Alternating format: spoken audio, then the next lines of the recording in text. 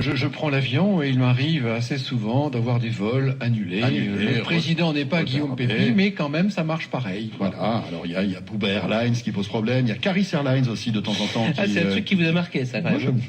Ça vous a fait marrer. Et, alors que faire quand on a un vol qui est retardé? Est-ce qu'on peut être dédommagé d'un vol qui est retardé, les amis? À votre avis, Christophe? Oh bah oui, je pense, il n'y a aucun problème. Tout se passe bien. Moi, je pense qu'il est annulé ou qu'il est retardé. Alors, à la SNCF, je sais que oui.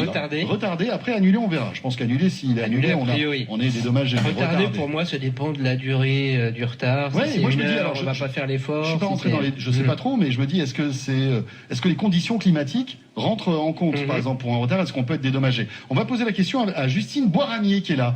Bonjour, Justine. Bonjour l'équipe du Grand Rush, Bonjour. les auditeurs qui sont sur la route et puis ceux qui vont vers les aéroports.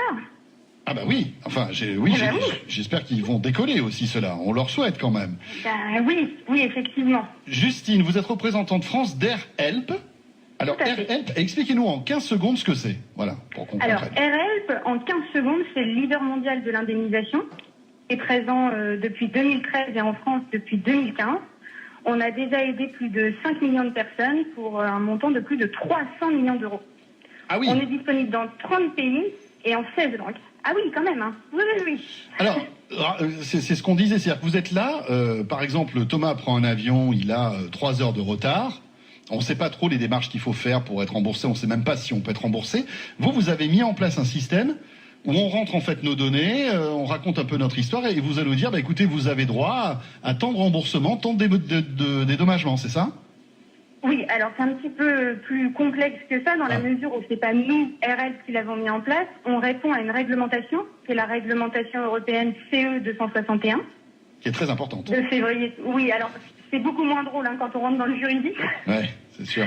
Mais c'est de février 2004 et où il est stipulé que sont éligibles les vols qui ont un retard de 3 heures ou plus. Donc à partir de 3 heures, on peut éventuellement se faire rembourser une partie du billet. Exactement. À partir de 3 heures, on peut éventuellement se faire rembourser une partie du billet et on a surtout le droit à une indemnisation. Je vous donnerai les montants un petit peu après. Ah, le suspense. Justine, vous êtes très très forte. On voit que vous êtes une professionnelle de la radio. Je vous donnerai le montant des remboursements dans un instant. Après la pub. Non, quand même pas. Exactement. Oui. Donc, alors. Retard 2 heures ou plus. Si votre vol est annulé ou s'il est surbooké. Ah oui. Attention. Là, le surbooking, là, c'est grave. Hein. Vous arrivez à l'embarquement, vous dites, monsieur, je suis désolé, mais votre vol est plein. Enfin, c'est plus votre vol. C'est le vol de quelqu'un d'autre. Ça arrive souvent. Ça arrive souvent le surbooking en ce moment. Ça arrive pas énormément souvent. En tout cas, c'est pas le principal des demandes de nos clients. Donc le plus courant, c'est les retards, on va dire, c'est ça? Ouais, les retards et les annulations. D'accord. Et on peut. Attention tout. Oui, allez-y, je vous en prie. Attention tout de même.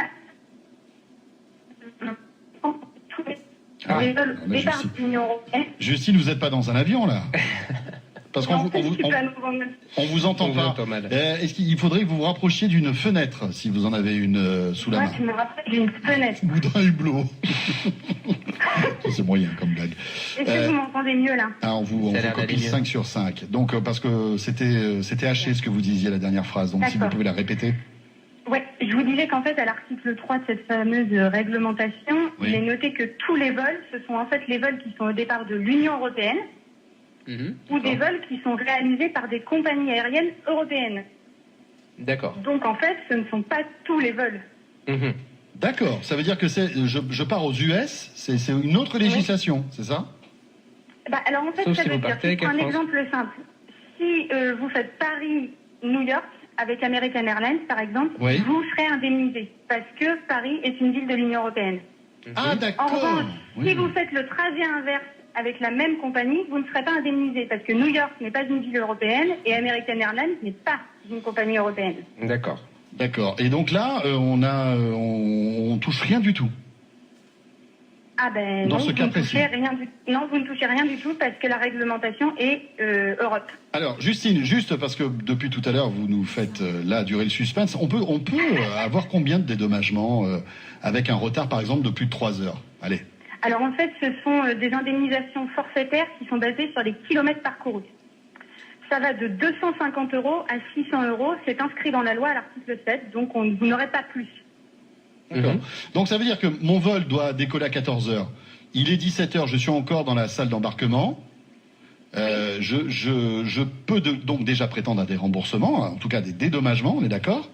Et ça se calcule sur le nombre de kilomètres que je devrais parcourir avec cet avion. Exactement. Par exemple, pour espérer toucher 250 €, vous devez avoir un vol qui a parcouru 1500 km ou moins. D'accord. Pour 400 €, un vol intracommunautaire de plus de 1500 km ou de 1500 km. Ok. Et pour 600 €, tous les autres vols. D'accord. Et alors que l'avion soit en retard de 3 heures ou de 6 heures, ça change quelque chose en termes de dédommagement ou pas? Ça change rien en termes de dédommagement. D'accord, ok. Donc à partir de 3 heures... En termes d'assistance, ça changera quelque chose. C'est-à-dire? C'est-à-dire que les compagnies aériennes ont une obligation d'assistance pour tout ce qui est besoin primaire. D'accord. C'est-à-dire nourriture, boisson, communication. Et ça, c'est à partir de 2 heures de retard. Okay. Vous avez le droit à des rafraîchissements, de la nourriture et la communication. Oui, ça arrive. De temps en temps, ils nous donnent des petits coupons, là, vous savez, qui vous permettent d'acheter... Alors, oui, ça arrive, mais quand même pas très souvent. Hein. Mais par contre, là, ça prend tout son sens si vous avez un retard de 5 heures ou plus, c'est que vous avez peut-être besoin d'un hébergement. Ok. Ah oui. Et là, dans ces cas-là, les compagnies aériennes doivent vous venir en aide pour éviter que vous passiez toute la nuit dans les aéroports. Justine, merci. Rappelons donc le truc important, les amis, c'est que votre avion a plus de 3 heures de retard. Vous avez droit. Automatiquement, vous avez droit à un dédommagement. Voilà. Alors, si c'est un long vol, vous aurez jusqu'à 600 €. Si c'est un petit vol, par exemple, même si c'est un vol intérieur, vous avez droit à quelques centaines d'euros. Donc, c'est toujours ça de prix, mine de rien. Et vous pouvez aller sur AirHelp. AirHelp. Voilà, Help comme... C'est pratique parce qu'on ne connaît pas forcément ce dont on a le droit. Exactement. Et là, on vous aidera justement à toucher ces indemnités. Rappelons quand même que le business de ce type de site, c'est qu'ils prennent une commission, bien évidemment. C'est normal. Et bon, cela dit, de toute façon, cet argent, on ne le voyait pas. Donc voilà, c'est mieux que rien. On revient dans un instant, 15 h 20. On fait un point sur la circulation avec Jérémy Souliman, qui est avec nous.